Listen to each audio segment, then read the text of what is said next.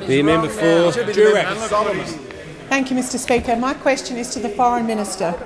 Will the Minister update the House on the Government's development of a foreign policy white paper and efforts through economic diplomacy to support jobs and growth in regional Australia? The Minister for Foreign Affairs. I thank the member for Durack for her question and note her deep interest in more export opportunities for businesses in her electorate of Durack. Mr Speaker, Australia has undoubtedly been a significant beneficiary of the liberalised international trading system, and we are entering our 26th consecutive year of economic growth. And Australia is an open, export-oriented market economy, and our economic resilience and our standard of living depends upon the capacity and ability of our export companies, small, medium, large, to export goods and services around the world. We are facing uncertain global economic times with Brexit, with rising nationalism and protectionism, with the disruption that comes from technological advance changing the way we do business, the way we connect.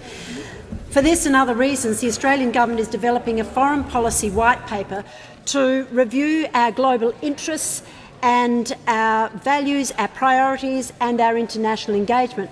And we've had over 600 submissions and carried out public consultation in every state and territory and in regional areas. And today, for the first time, all our heads of mission, our ambassadors, high commissioners and consul generals are meeting here in Canberra to provide input to the white paper.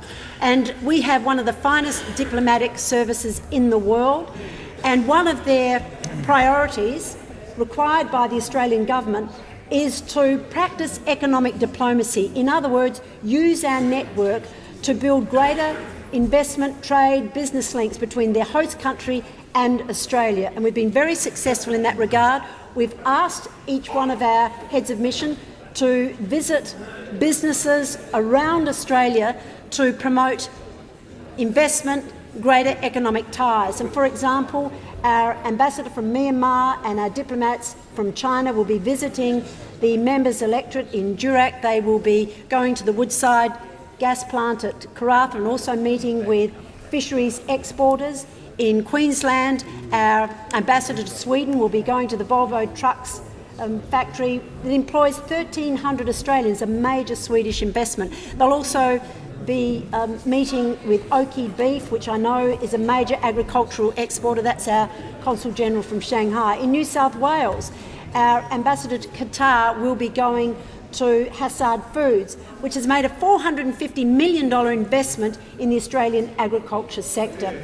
So in this way, our ambassadors, our heads of mission, will be meeting with Australian businesses and also foreign businesses investing in Australia to drive more economic growth and greater trade and investment ties between Australia and the world.